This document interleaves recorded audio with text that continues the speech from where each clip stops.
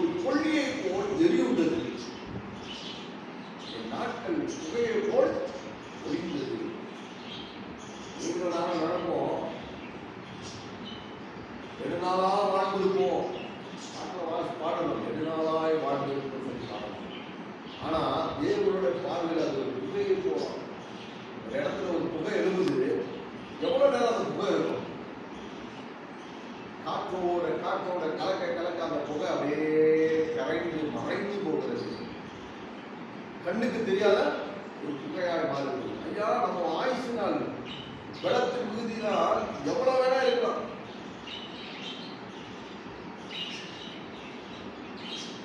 100 வயசா கூட இருக்கலாம், 80 வயசா கூட இருக்கலாம், 90 வயசா கூட இருக்கலாம். நம்ம நினைப்போம் 90 வருஷம் வரைக்கும் வாழ்றாங்க, பரவாயில்லை.